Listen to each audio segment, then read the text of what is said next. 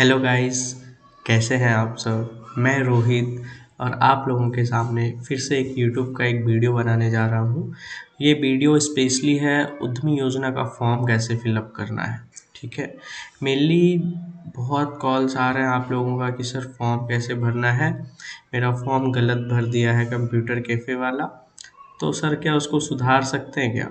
तो सॉरी उसके लिए, फॉर्म जो एक बार आप फिलअप कर लिए हैं उसको अब दोबारा चेंज नहीं कर पाइएगा। ठीक है, और जो गलत फॉर्म फिलअप किए हैं ना वो बहुत कम चांस है भैया।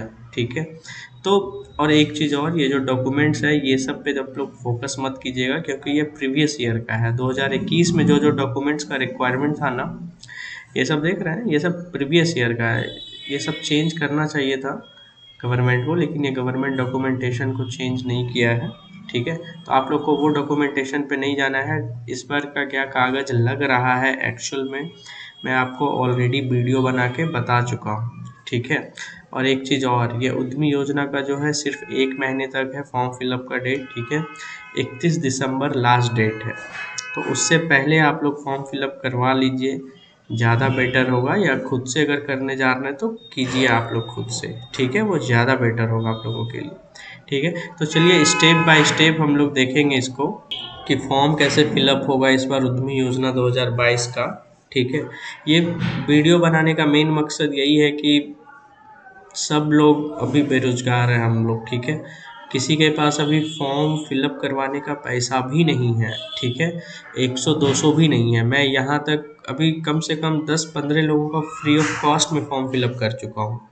ठीक है, तो पैसे मायने नहीं रखता है भैया। ठीक है, आपका काम होना चाहिए, वो ज़्यादा हम लोग फोकस करते हैं। ठीक है, तो और हाँ एक चीज़ और, आप लोग कॉल करके बार बार पूछते हैं कि रोहित भैया आप किस ज़िला से हैं। ठीक है, तो मैं आप लोग को बता देता हूँ, मैं मुंगेर ज़िला से हूँ। ठीक है, तो बार बार आप लोग एक ही क्वेश्चन मत पूछिए, जो इम्पोर्टेंट है वो क्वेश्चन पूछिए और पर्सनल क्वेश्चन मत पूछिए आप लोग। ठीक है, तो चलिए हम लोग उद्यमी योजना का फॉर्म फिलअप कर रहे हैं, एक एक करके हम लोग बताएंगे। ठीक है, सबसे पहले कहाँ क्लिक किए आप देखें, चलिए एक एक करके देखिए। सबसे पहले पंजीकरण पे क्लिक करना है आपको। पंजीकरण पे जैसे ही क्लिक कीजिएगा तो यहाँ आएगा आपको प्रथम नाम, यहाँ आएगा अंतिम नाम। ठीक है, चलिए तो एक एक करके हम लोग फिलअप करेंगे इसको। प्रथम नाम में लिखना है आपका जो आपका फर्स्ट नेम होता है ना,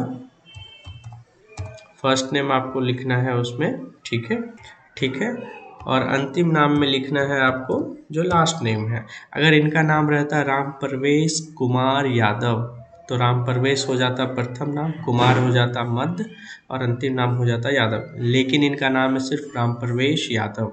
ठीक है, तो ये हो गया आपका राम प्रवेश यादव। ठीक है, उसके बाद आपको डालना है ईमेल आईडी।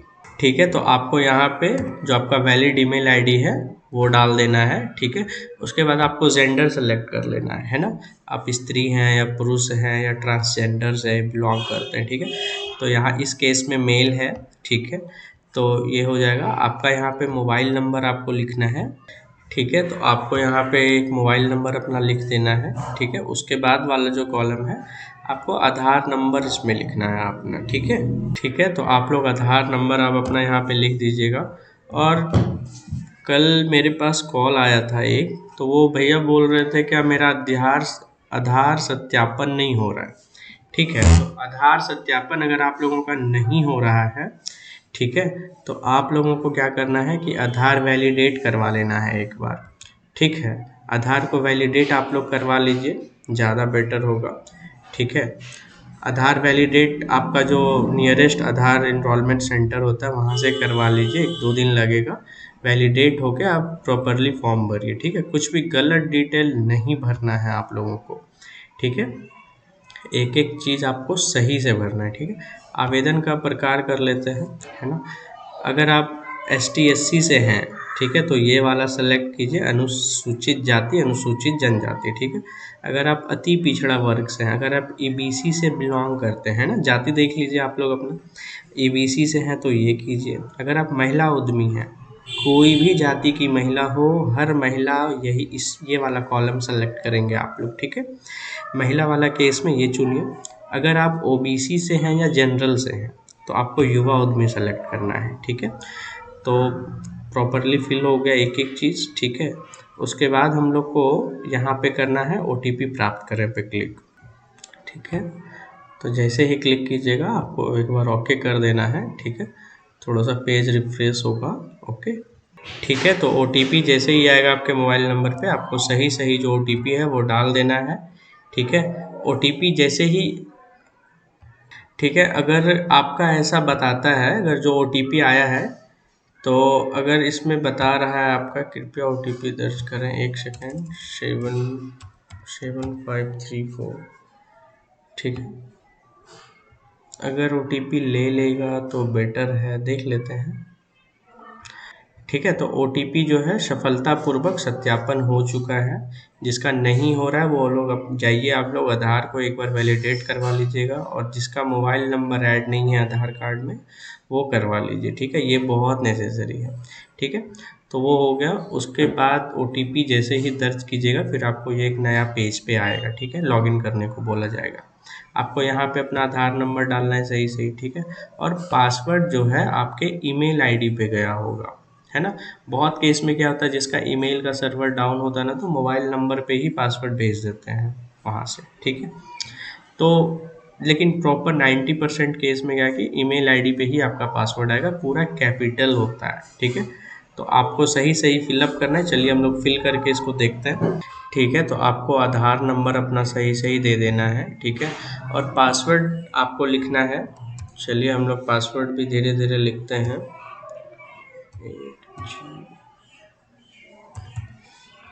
ठीक है। आपको उसके बाद लॉगिन पे क्लिक करना है, ओके।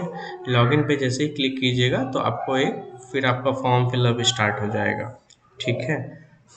ठीक है, तो आपका जो नेम वगैरह है वो प्रीफिल्ड आएगा पहले से ही, ठीक है। तो और देखिए हम आप लोगों को यहाँ पे पूरा प्रोजेक्ट एक बार दिखा ही देते हैं, ठीक है, क्योंकि बहुत आप लोग सवाल पूछ रहे हैं कि सर इसका प्रोजेक्ट लिस्ट क्या क्या है, ठीक है। तो एक बार आप लोग वीडियो को पॉज करके एक बार देख लीजिएगा कि कैटेगरी ए में 5000 लोगों को मिलेगा लाभ, ठीक है। तो कैटेगरी ए में क्या क्या है आप लोग वीडियो को रोकिए और इसको अच्छे से देख लीजिए, ठीक है। अब चलिए कैटेगरी बी दिखाते हैं आपको, जिसमें 2000 लोगों को लाभ मिलेगा, ठीक है। तो कैटेगरी बी में क्या क्या है ये भी आप लोग एक बार देख लीजिए, है ना। कैटेगरी सी अगर आप लोग सेलेक्ट करते हैं तो ब्याडा के अंतर्गत आपको बिहार सरकार आपको लैंड और जो हाउस होता है बिजनेस करने के लिए वो आपको प्रोवाइड करवाएगी। उसका जो रेंट होगा लगभग 100 रुपया एक दिन का होगा, ठीक है। तो उस हिसाब से आपका रेंट आपसे बहुत सस्ता ही है और वो भी अच्छे जगह पे आपको करवाया जाएगा कोई बिजनेस वगैरह, ठीक है। तो ब्याडा के अंतर्गत अगर आप लोग कोई बिजनेस करना चाहते हैं, सरकार के निगरानी में कुछ बिजनेस करना चाहते हैं, कैटेगरी सी को सेलेक्ट कर लीजिएगा। इसमें आपको 1000 लोगों को लाभ मिलेगा इसमें भी, ठीक है। अगर आपको ब्याडा के अंतर्गत नहीं काम करना है, सेल्फ डिपेंड होना है ना, तो कैटेगरी ए या कैटेगरी बी में से कुछ सेलेक्ट कर लीजिएगा, ठीक है। इसमें बहुत सारा ऑप्शन है, आप लोग एक बार देख लीजिए आपको कौन सा बिजनेस करना है, ठीक है। आप लोग देख लीजिए एक बार अच्छे से। जैसे इनको करना है फलों की जूस की इकाई ये खोलेंगे, ठीक है। तो ये हो गया इनका, है ना। कैटेगरी पुरुष तो ऑलरेडी सेलेक्टेड आ रहा है ना। अब देखिए जन्म तिथि कैसे देना है। जन्म तिथि में सबसे पहले आपको जो महीना है वो लिखना है, ठीक है। तो सबसे पहले आप लोग अपना आधार कार्ड निकालिए। आधार कार्ड निकालने के बाद देखिए कि सबसे पहले आपका जो डेट ऑफ बर्थ है उसका महीना क्या है। जैसे इनका है जनवरी, तो एक हो गया। इनका 1 जनवरी भी है, 1 तारीख भी है, तो 1 तारीख हो गया। अब ईयर क्या हो गया, है ना, तो 1973। देखिए इनका एज बहुत ज़्यादा है, ठीक है। ठीक है, तो जैसे ही आप फिलअप कर दीजिएगा डेट ऑफ बर्थ पूरे अच्छे से, ठीक है। उसके बाद आपको डालना है पिता का नाम, ठीक है। और अगर कोई महिला अगर फॉर्म फिलअप कर रही हैं आप लोग, तो महिला के केस में आप लोग पिता का नाम, माता का नाम, पति का नाम जो आपको लगे, जो आपके आधार कार्ड में आवासीय में जो है आप लोग वो अभी डालिए आराम से, ठीक है। तो इनका डालते हैं हम, फादर नेम हो गया, ठीक है। उसके बाद आप लोग को सेलेक्ट करना है कि आप लोग विकलांग हैं या नहीं हैं। अगर यस किए आप लोग तो लास्ट में जो डॉक्यूमेंट्स अपलोड होता है वहाँ पे आप लोग को विकलांग का सर्टिफिकेट अपलोड करना पड़ेगा वहाँ, ठीक है। तो ऐसा नहीं कि आप लोग ये सोच लीजिएगा कि विकलांग यस कर देते हैं तो हमको लाभ ज़्यादा मिलेगा, तो उसका सर्टिफिकेट आपको लगाना पड़ेगा लास्ट में, ठीक है, जहाँ पे सब होता है, ठीक है। तो आप लोग जो है एकदम सच सच वही आप लोगों को फॉर्म फिलअप करना है, ठीक है, ठीक है।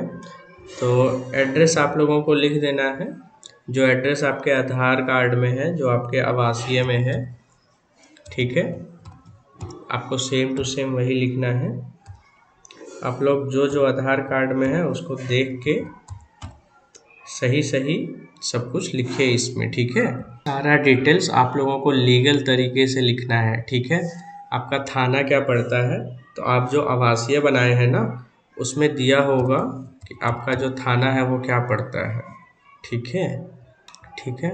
तो ये वाला आप लोग ये मत समझ लीजिएगा कि ये ऐसे ही रहेगा, इस पे जैसे ही क्लिक कीजिएगा आपका किस जिला में आता है, ठीक है, आपको वो सेलेक्ट करना है, ठीक है। तो इनका जैसे जमुई जिला में है, ठीक है, तो इनका जमुई जिला में हो गया है ना, ठीक है। तो आपको फिर उसके बाद डालना है आपको आपका पिन कोड क्या है, ठीक है। तो पिन कोड जो भी आधार में है, रेसिडेंस में है, जो जाति आप बनवाएं हर जगह पिन कोड है। साफ साफ आप लोगों को एक एक चीज़ फिलअप करना है, ठीक है, ठीक है। ये ऊपर फिलअप करने के बाद आप किस कैटेगरी से आते हैं, जैसे कि युवा सेलेक्ट किया जाए स्टार्टिंग में, ठीक है, तो आ गया ओबीसी हैं या आप जनरल हैं, है ना, ये सेलेक्ट कर लेना आप लोगों को। उच्चतम में आपका हायर एजुकेशन जो है, अगर ग्रेजुएट फाइनल हो गया है तो ही ग्रेजुएट को सेलेक्ट कीजिएगा, ये नहीं कि आप सेकेंड ईयर में पढ़ रहे हैं, फर्स्ट ईयर में पढ़ रहे हैं और आप ग्रेजुएट को सिलेक्ट कर रहे हैं, ठीक है, ये नहीं चलेगा, ठीक है। अगर आपका जो फाइनल सर्टिफिकेट आपको मिल गया है वही सेलेक्ट करना है, जैसे इंटरमीडिएट है इनका, ठीक है, तो वही सेलेक्ट कर लीजिए एकदम आराम से, ठीक है। न्यूनतम में ये गौर करने वाली बात है क्योंकि यहाँ पे मैट्रिक नहीं दिया है, कहीं भी मैट्रिक नहीं दिया है, ठीक है। आप लोगों को आंख बंद करके इसमें इंटरमीडिएट को सिलेक्ट कर लेना है, ठीक है। एक बार फॉर्म भरने के बाद एक बार आप लोग फिर से चेक कर लीजिए एक एक चीज़, ठीक है। चेक करने के बाद आपको सिंपली सेव बटन पे क्लिक करना है, ओके, ठीक है गाइस। तो यहाँ पे जैसे ही आइएगा आप तो आपको यहाँ पे शैक्षणिक विवरण जोड़े पे क्लिक करना है, ठीक है। जैसे ही क्लिक कीजिएगा तो सबसे पहले आपको 10th का जो है वो लिखना है, ठीक है। 10th है आप, है ना, आपका बोर्ड क्या है, BSCB हो गया, रोल नंबर जो एकदम 10th के मार्कशीट में वो पास करने का जो साल है वो क्या है वो लिख दीजिएगा, ठीक है। आपका सब्जेक्ट कौन कौन सा है वो, ठीक है। लिखने के बाद आपको यहाँ पे सिंपली जोड़े पे क्लिक करना है, ओके। तो 10th का मार्कशीट हो गया सक्सेसफुली, उसका जो विवरण होता है। अब हम लोग 12th का करेंगे सेलेक्ट, ठीक है। 12th के लिए सबसे पहले आपको इंटरमीडिएट कर लेना है, ठीक है। बोर्ड जो है इनका BSCB ही है, ठीक है, ओके। तो यहाँ पे आपको जो है इंटर का डाल देना है, ठीक है। इंटर का जैसे ही डालिएगा पूरा आपका हो गया यहाँ पे इंटरमीडिएट, ठीक है। बोर्ड हो गया आपका BSCB, ठीक है, ठीक है। तो एक एक डिटेल्स आपको सेम टू सेम यहाँ पे डाल देना है, ठीक है। जब डाल दीजिएगा तो यहाँ पे आपको सिंपली सेलेक्ट करना है ऐड पे, ठीक है। ऐड करने के बाद आपको बैंक विवरण देना पड़ेगा आपका, ठीक है। तो जैसे ही बैंक डिटेल्स आपको सबसे पहले आपका बैंक का नाम क्या है, ठीक है। तो बैंक का नाम आपको सही सही जो है वो डाल देना है, ठीक है। इनका है इंडिया पोस्ट पेमेंट बैंक, ठीक है, पेमेंट्स होता है, पेमेंट्स बैंक, ओके। इसके बाद आपको शाखा का नाम डालना है, ठीक है। जो आपका ये ब्रांच है वो किस जगह का है, ठीक है, ठीक है। तो शाखा अगर आप लोगों को समझ में नहीं आ रहा है तो पासबुक पे आपका लिखा हुआ होगा, ठीक है। तो वो आप लोग एक बार चेक कर लीजिएगा, है ना। अब देखिए ये इसके लिए तो बहुत विवाद रहा है, उद्यमी योजना करंट अकाउंट के वजह से इतना फेमस हुआ था, ठीक है। तो यहाँ पे आप सेविंग्स भी डाल सकते हैं या करंट भी। अगर आपके पास करंट अकाउंट ऑलरेडी है तो मेरा सजेशन है आप करंट ही डालें, ठीक है। अगर आपके पास करंट नहीं है तो फिर लास्ट ऑप्शन तो सेविंग्स आपको डालना ही पड़ेगा, है ना। फिर यहाँ पे देखिए आपको डालना है खाता खुलने की तिथि, ठीक है। खाता खुलने की तिथि आपके बैंक पासबुक में होगा। अगर बैंक पासबुक में नहीं लिखा हुआ है तो बैंक स्टेटमेंट में होगा। अगर वहाँ भी नहीं है तो नियरेस्ट बैंक जाइए, ठीक है, और नियरेस्ट बैंक वाले को बोलिए कि वो आपको निकाल के देगा कि आपका जो खाता है वो कब खुला है। और सबसे पहले महीना लिखना है, खाता खुलने का महीना, उसके बाद डेट लिखाएगा, ठीक है, उसके बाद आपका कब खुला है, ठीक है। तो नहीं लिखा हुआ है अगर अकाउंट ओपनिंग डेट, तो आप लोग जाइए अपना बैंक, ठीक है, उनको बोलिए वो आपको निकाल के देंगे, ठीक है। तो अब यहाँ पे डालना है आप लोगों को आईएफएससी कोड, ठीक है। आईएफएससी कोड जो है सेम टू सेम आपको डाल देना है, ठीक है।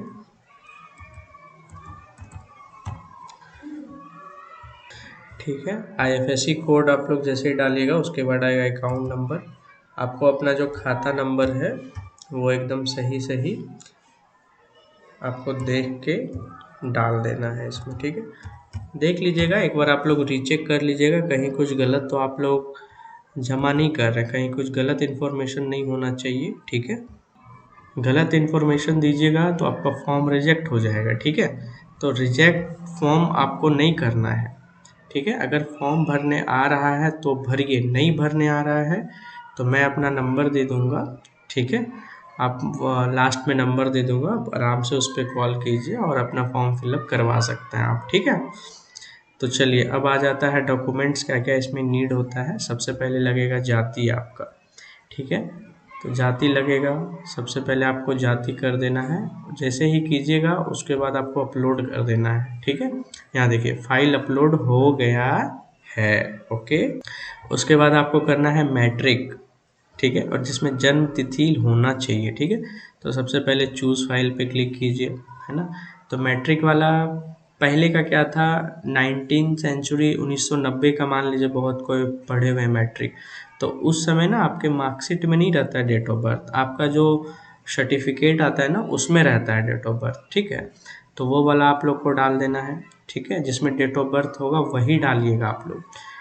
एक सेलेक्ट करने के बाद आपको अपलोड कर देना है सिंपली, ठीक है।